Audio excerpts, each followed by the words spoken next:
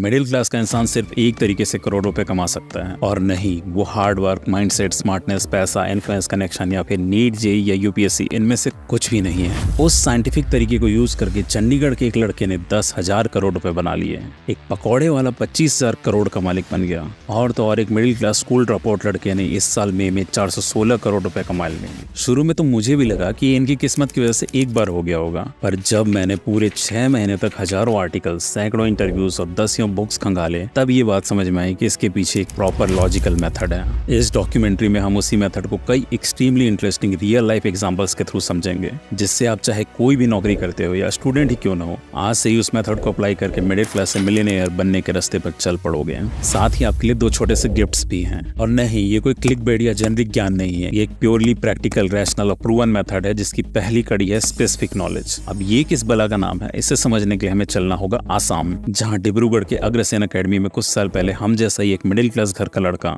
10th की पढ़ाई कर रहा था। उसके भी पेरेंट्स इंडिया के हर मिडिल क्लास पेरेंट्स की तरह डांटते रहते थे कि पढ़ ले, जेईई क्रैक कर ले और कुछ बन जा। उधर उसकी दिली इच्छा थी कि इस मिडिल क्लास के फाउंडेशन से खुद को और अपनी फैमिली को जल्द से जल्द बाहर निकाले, पर उसका पढ़ाई में तो मन ही नहीं लग रहा था, बल्कि एक दूसरी चीज में बहुत इंटरेस्ट था, कंप्यूटर्स। उसने अपने घर में बड़े पुराने लैपटॉप को उठा लिया और डिसाइड किया कि वो स्कूल जाना ही छोड़ देगा और खुद से ही कोडिंग करके ऐप डेवलपमेंट का काम करेगा। आप समझ ही सकते हो उसके घर में क्या रिएक्शन रहा होगा इस बात का। खैर, उसने जैसे तैसे अपने पेरेंट्स को मनाया, बट अब ये समस्या आ गई कि उसे सिखाएगा कौन, क्योंकि कॉलेज तो दूर, स्कूल तक तो वो जा नहीं रहा था। आसाम जैसी जगह में कोई मेंटर मिलना भी पॉसिबल नहीं था, तो इसके लिए उसने सहारा लिया यूट्यूब का। जी हाँ, यूट्यूब से ट्यूटोरियल्स देख देख कर वो कोडिंग सीखने लगा। जब सारे बच्चे जेईई की प्रिपरेशन में बिजी थे, वो दिन रात अपनी इन एप्स की दुनिया में लगा रहता था। कई एप्स डेवलप किए उसने, कुछ काम के थे तो कुछ बेकार। फिर उसे एक प्रॉब्लम का रियलाइजेशन हुआ, जो सोशल मीडिया एप्स हम यूज करते हैं उनमें सब में अलग अलग मैसेजेस आते हैं। इंस्टा, ऐप भी, SMS, व्हाट्सएप, सबको अलग अलग चेक करना पड़ता है। उसने सोचा कि अगर इन सब मैसेजेस को एक ही ऐप में कंबाइन कर दिया जाए तो सबका टाइम बचेगा।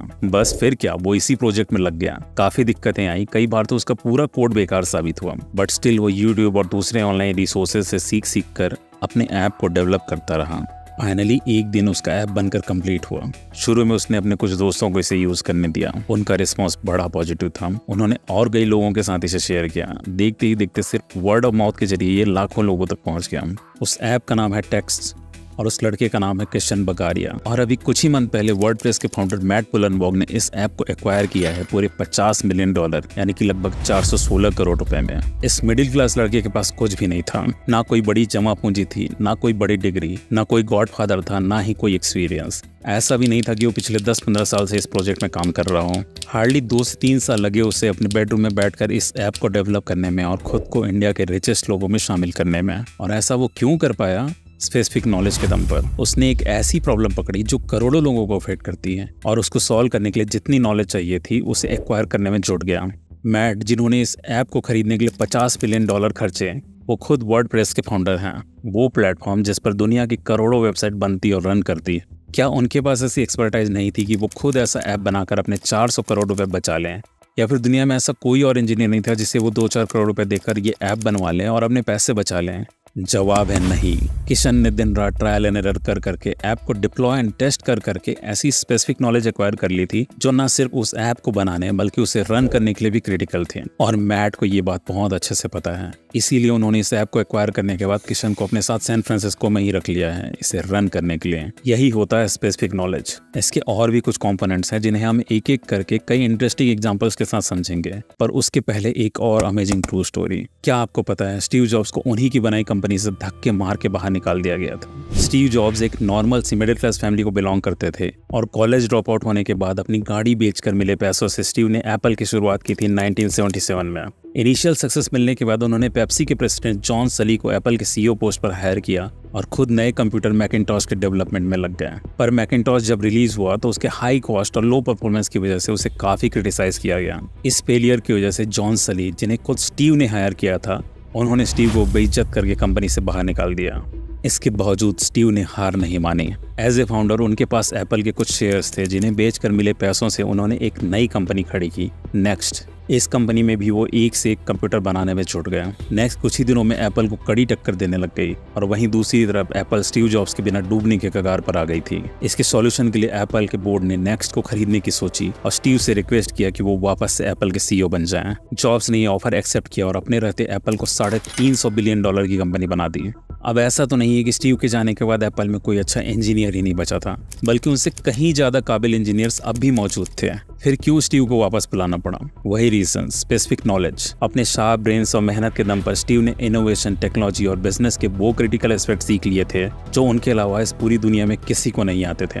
और यही वजह है कि इतनी बड़ी कंपनी अपना ईगो साइड करके उनके सामने झुक गई। देखो, आप बेतहाशा अमीर तभी बन पाओगे जब बहुत सारे लोग खुशी खुशी आपको पैसा दें, और इसके लिए दो चीजें चाहिए। एक तो लोगों की जेब से पैसा निकले और दूसरा आपकी जेब में जाए। लोग अपनी जेब से पैसा तभी निकालेंगे जब उनका कोई क्रिटिकल प्रॉब्लम सॉल्व होगा।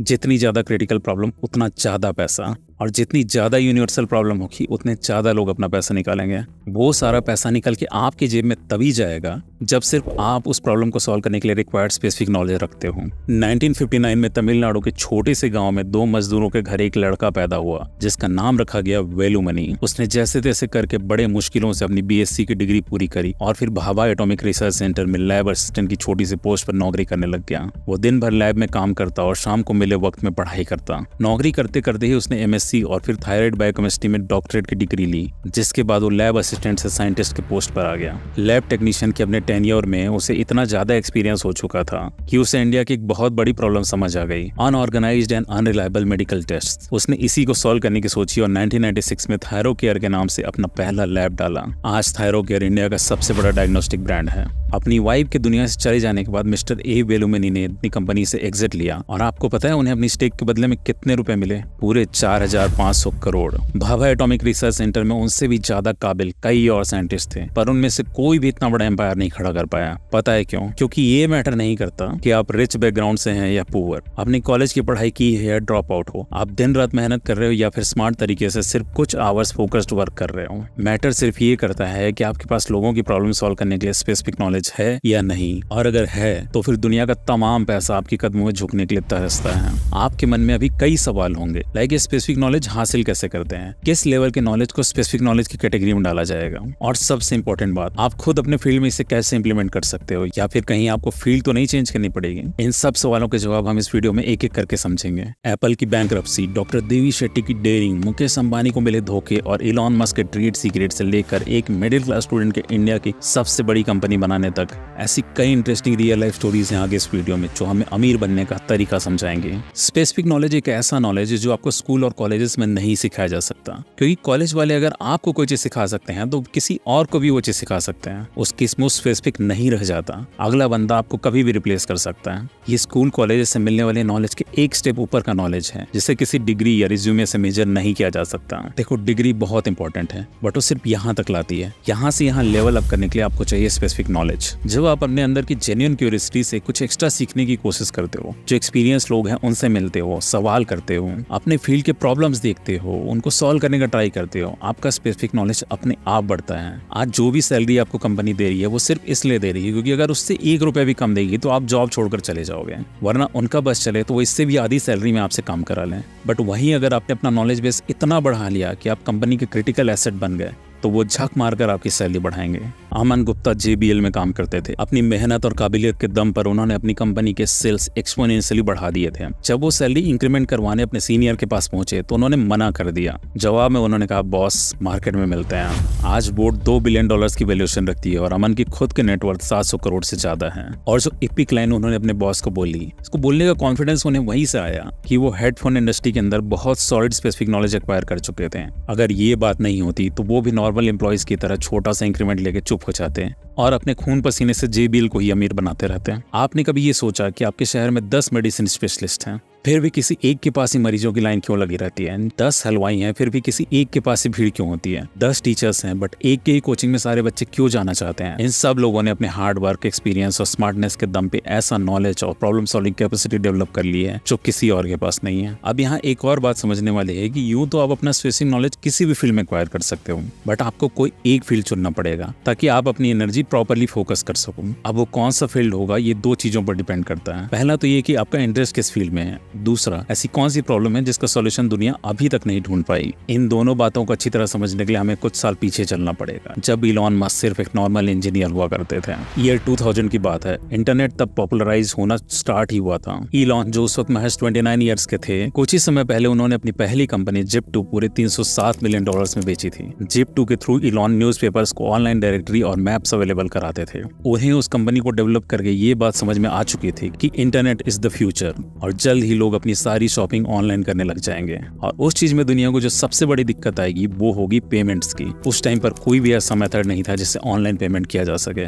इलॉन ने इस प्रॉब्लम को पकड़ा क्योंकि एक तो ये दुनिया भर की दिक्कत थी जिसका कोई सॉल्यूशन अवेलेबल नहीं था, दूसरा ये उनकी एरिया ऑफ एक्सपर्टाइज जो कि उन्होंने Zip2 के टाइम एक्वायर की थी उससे अलाइन हो रहा था। कुछ ही समय में उन्होंने X.com लॉन्च की जो कि बाद में पीटर थिल की कंपनी के साथ मर्ज होकर बनी पेपाल। इसने पूरी दुनिया के पेमेंट्स प्रॉब्लम को सॉल्व किया और आज भी $66 बिलियन की कंपनी है। आप समझ ही गए होंगे कि इलॉन ने अपने इंटरेस्ट के अकॉर्डिंग दुनिया का वो प्रॉब्लम चुना जिसका सॉल्यूशन अवेलेबल नहीं था, तो वो इतने सक्सेसफुल बन गए। और सिर्फ इलॉन ही नहीं, डॉक्टर देवी शेट्टी कर्नाटका के एक गांव में पैदा हुए थे। 9 भाई बहनों के बीच वो 8वें नंबर पर थे। जब बहुत स्ट्रगल के बाद अपनी MBBS और फिर कार्डियक सर्जरी की पढ़ाई करके वो फील्ड में उतरे, तब उन्होंने देखा कि इंडिया में कार्डियक सर्जरी बहुत महंगी है। एक आम आदमी का इसको अफोर्ड करना इम्पॉसिबल है। उसी समय रॉनी नाम के एक 21 दिन के बच्चे की ओपन हार्ट सर्जरी की जरूरत थी। पूरे देश में कोई ऐसा सर्जन नहीं था जो इसे करने के लिए तैयार हो। उन्होंने इस ऑपरेशन को करने का बीड़ा उठाया। उनको अपने एक्सपर्टाइज पर पूरा भरोसा था। ऑपरेशन सक्सेसफुल रहा। इस न्यूज को उस टाइम मीडिया ने एक्सटेंसिव कवरेज दी, जिस वजह से डॉक्टर देवी शेट्टी को अपने ड्रीम प्रोजेक्ट के लिए फंडिंग मिल गई, जो कि था पूरे इंडिया के लिए affordable heart and health care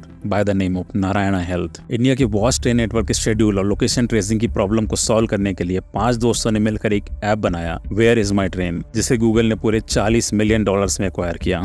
Travis कैलेनिक ने प्राइवेट ट्रांसपोर्टेशन की प्रॉब्लम को सॉल्व करने के लिए उबर बनाया। इन सब लोगों ने अपने इंटरेस्ट को दुनिया के बड़े प्रॉब्लम्स के साथ अलाइन किया और जी जान से उसका सॉल्यूशन ढूंढने में लग गए। जैसे ही सॉल्यूशन मिला वो रातों रात अमीर बन गए। आज रात जब आप सोने जाओ तो आंखें बंद करके अपने आप से सवाल करना कि मैं जिस प्रोफेशन में हूँ क्या वो मुझे पसंद है, क्या मैं वो काम तब भी खुशी खुशी करना चाहूंगा जब मुझे उसे करने के 1 रुपए भी ना मिले। अगर जवाब ना में आता है तो फिर आपको अपना फील्ड चेंज करने के बारे में सोचना पड़ेगा, और अगर आपके दिल से हाँ निकलती है तो आप अपने ही फील्ड में अपनी स्पेसिफिक नॉलेज को एनहांस करने में लग जाओ और ऐसा प्रॉब्लम ढूंढो जिसके सॉल्यूशन पूरी दुनिया की जिंदगी आसान बना दें। यहाँ पर आप एक सवाल कर सकते हो, हमारे पास तो ऐसा कोई प्रॉब्लम ही नहीं है जो पूरी दुनिया को हॉन्ट करता हो और उसको सॉल्व करके हम अमीर बन जाएं। देखो, पहली बात तो ये कि अभी भी दुनिया के बहुत सारे प्रॉब्लम सॉल्व होने बचे हैं। आज जो भी टेक्नोलॉजी आप देख रहे हो, किस जमाने में वो सब एक बड़ी बड़ी प्रॉब्लम्स हुआ करते थे। जो फोन आप यूज कर रहे हो वो एक ब्रेक थ्रू सॉल्यूशन था जिसके दम पर स्टीव जॉब्स अरबपति बन गए। अपने लैपटॉप में विंडोज यूज कर रहे हो, उसको डिजाइन करके Bill Gates richest person on earth बन गए। आपने कोई ना कोई डायबिटीज का पेशेंट देखा होगा जो इंसुलिन लेता है। इंसुलिन के इन्वेंशन से पहले डायबिटीज को कंट्रोल करना इम्पॉसिबल था। इस प्रॉब्लम को सॉल्व करके एली लिली नाम की कंपनी दुनिया की 10वीं सबसे वैल्यूएबल कंपनी बन गई, टेस्ला से भी ऊपर। और दूसरी बात यह है कि ऐसा बिल्कुल जरूरी नहीं है कि आप हमेशा पूरी दुनिया की प्रॉब्लम सॉल्व करो। सिर्फ पूरे इंडिया की प्रॉब्लम सॉल्व करके ही आप बहुत ज्यादा रिच बन सकते हो। बाहर दुनिया तक जाने की जरूरत ही नहीं है। इनफैक्ट आप अपने स्टेट या अपनी सिटी के हाइपर लोकल प्रॉब्लम सॉल्व करके भी रिच बन सकते हो। और मोस्ट ऑफ द केसेस में आपको एकदम नया, बिल्कुल out of the box idea सोचने की भी जरूरत नहीं है। जो एग्जिस्टिंग प्रॉब्लम्स हैं आप उनका ही बेटर सॉल्यूशन अगर ज्यादा अफोर्डेबल तरीके में प्रोवाइड कर सकते हो तो भी आप बहुत अमीर बन सकते हो। इसका एक प्रैक्टिकल एग्जांपल देखते हैं। चंडीगढ़ के सेंट एन स्कूल में एक बहुत ही मामूली मिडिल क्लास का लड़का पढ़ता था। उसका एक ही एम था कि कैसे भी करके बस जेई क्लियर कर ले। उसने जी तोड़ तैयारी करी, दिन रात मेहनत करी और जेई क्रैक किया। उसकी ऑल इंडिया रैंक आई थी 49। IIT दिल्ली में उसने कंप्यूटर साइंस इंजीनियरिंग उठाई, वहां भी खूब मेहनत करी और इंजीनियरिंग खत्म होते ही 2005 में टेक्सपेन नाम की कंपनी में उसे प्लेसमेंट मिल गया। पर उसके दिमाग में तो कुछ और ही प्लानिंग चल रहे थे। कुछ महीनों के बाद उसे अमेजॉन USA में जॉब करने का ऑफर मिला और उसने उसे तुरंत लपक लिया, क्योंकि उसे पता था कि उसके मिडिल क्लास से रिच क्लास में जाने के लिए जो एक्सपर्टाइज चाहिए वो अमेजॉन जैसी कंपनीज में ही मिलेगी। उसके दिमाग में ये बात थी कि अमेजॉन जो ई-कॉमर्स का काम USA में उस टाइम पे कर रहा है, उसको अगर वो सीख ले तो वही काम इंडिया में भी स्टार्ट किया जा सकता है। वहां पर उसकी मुलाकात उसके ही कॉलेज IIT के एक बैचमेट से हुई, तो उन्होंने मिलकर ई-कॉमर्स की बारीकी को समझा। एक एक पार्ट कैसे फंक्शन करता है, प्रॉब्लम्स कैसे सॉल्व किए जाते हैं, बिजनेस कैसे एक्सपांड किया जाता है, ये सब उन्होंने सीखा। और जब लग गया कि they have acquired all the specific knowledge they need, they came to India. 2007 में इंडिया आकर बैंगलोर में एक छोटे से फ्लैट में उन्होंने अपनी कंपनी स्टार्ट की। उन लड़कों के नाम थे सचिन और बिन्नी बंसल, और उनकी बनाई कंपनी का नाम था फ्लिपकार्ट, जो कि आज के डेट में अमेजॉन को कड़ी टक्कर दे रही है। और पता है आज $40 बिलियन की वैल्यूएशन रखने वाली ये कंपनी शुरू कितने में हुई थी? मात्र 4 लाख रुपए में। पर अगेन वैल्यू उस 4 लाख रुपए की नहीं है, वैल्यू है उस स्पेसिफिक नॉलेज की जो उन्होंने अमेजॉन यूएसए में काम करके सीखी। उसी के दम पे वो इतना बड़ा एम्पायर खड़ा कर पाए, वरना ट्राई तो और भी बहुत लोगों ने किया था। Snapdeal, ShopClues, LetsBuy, ऐसे जाने कितने एग्जांपल्स हैं जो फेल हो गए। ये कहानी इस बात का भी प्रूफ है कि बिजनेस बनाने के लिए कोई डिग्री की जरूरत नहीं होती, पर अगर आप कोई डिग्री ले लो तो इसका मतलब ये नहीं कि बिजनेस नहीं कर पाओगे।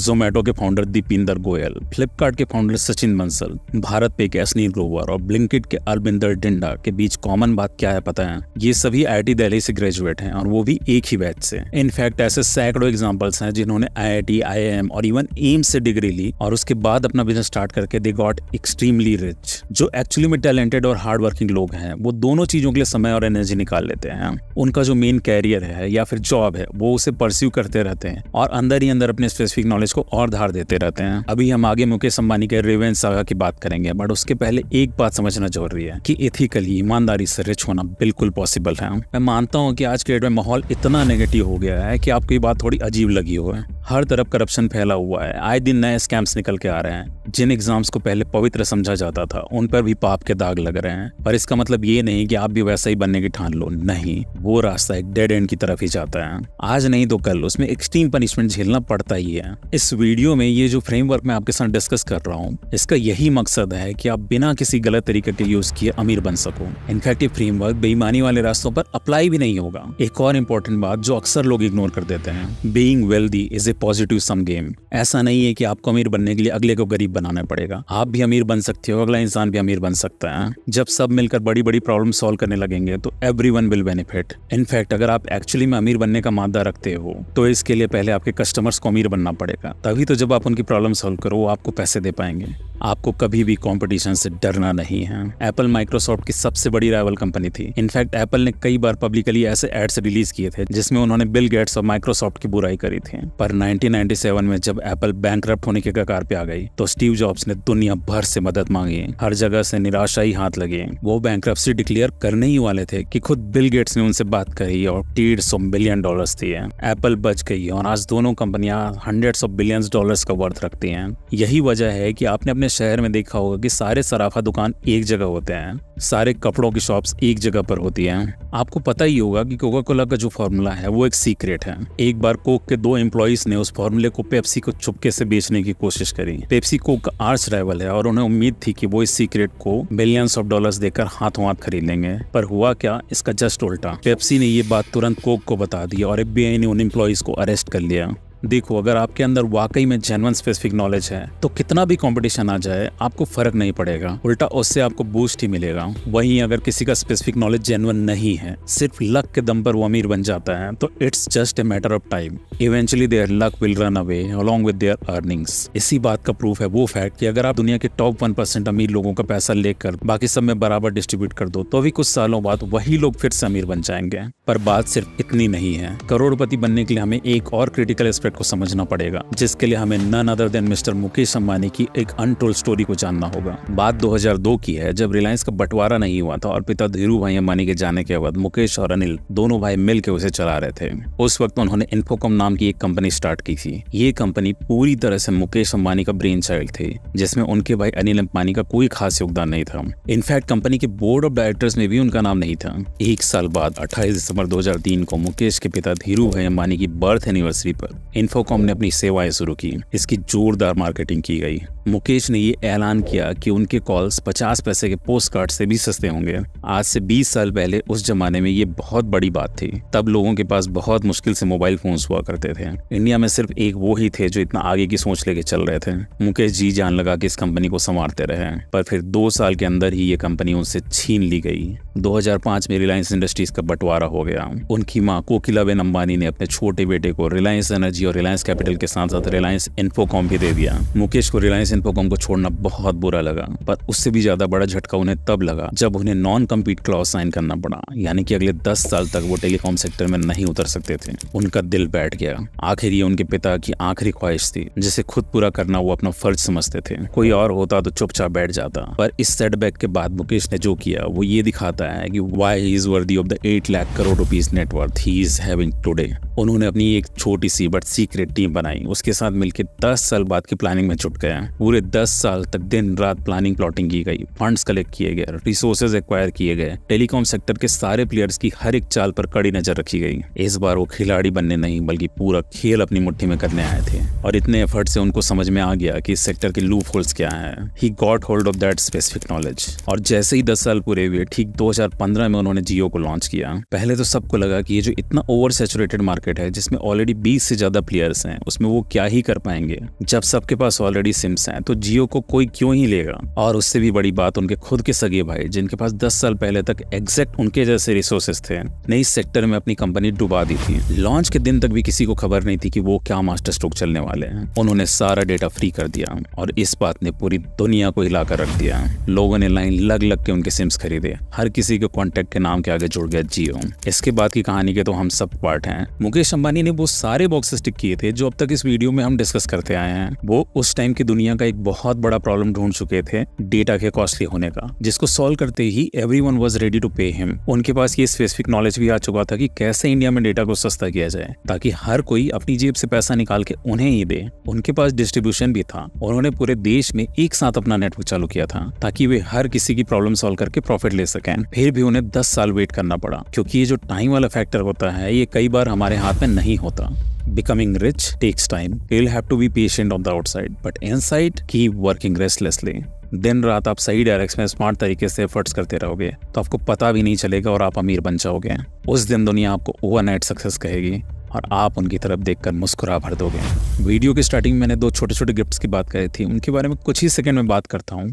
और उसके पहले एक इंपॉर्टेंट बात, अमीर बनने की जर्नी में आपको और भी कुछ चीजों की जरूरत पड़ेगी। मिडिल क्लास से बिलोंग करके भी अपने स्पेसिफिक नॉलेज के दम पे जनरेट किए आइडियाज को आप एग्जीक्यूट कर सकें, उसके लिए आपको फंड्स की जरूरत पड़ेगी। साथ ही आपको अपना लक भी खुद क्रिएट करना सीखना पड़ेगा, जैसा कि हर अमीर इंसान करता है।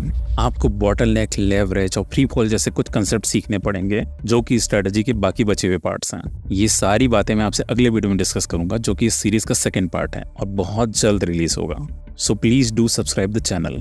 और अगर आपको मेरी बातें जरा भी हेल्पफुल लगी तो प्लीज एक कमेंट जरूर छोड़ के जाना। I will reply to them all. और जो पहला गिफ्ट है वो है अब तक के डिस्कस किए हुए प्रिंसिपल्स का एक पोस्टर, जिसे आप डाउनलोड करके रख सकते हो या प्रिंट भी करा सकते हो। और अगर ऐसा करते हो तो इंस्टा मुझे टैग जरूर करना, मैं सबको रीपोस्ट करूंगा। और अगर आपकी कोई क्वेरीज होगी तो आपसे चैट भी करूंगा। और जो दूसरा गिफ्ट है वो है कि कुछ लोग की डिमांड थी कि मैं अपने वीडियो की स्क्रिप्ट आपसे शेयर करूं, तो वो भी फ्री ऑफ कॉस्ट अवेलेबल है।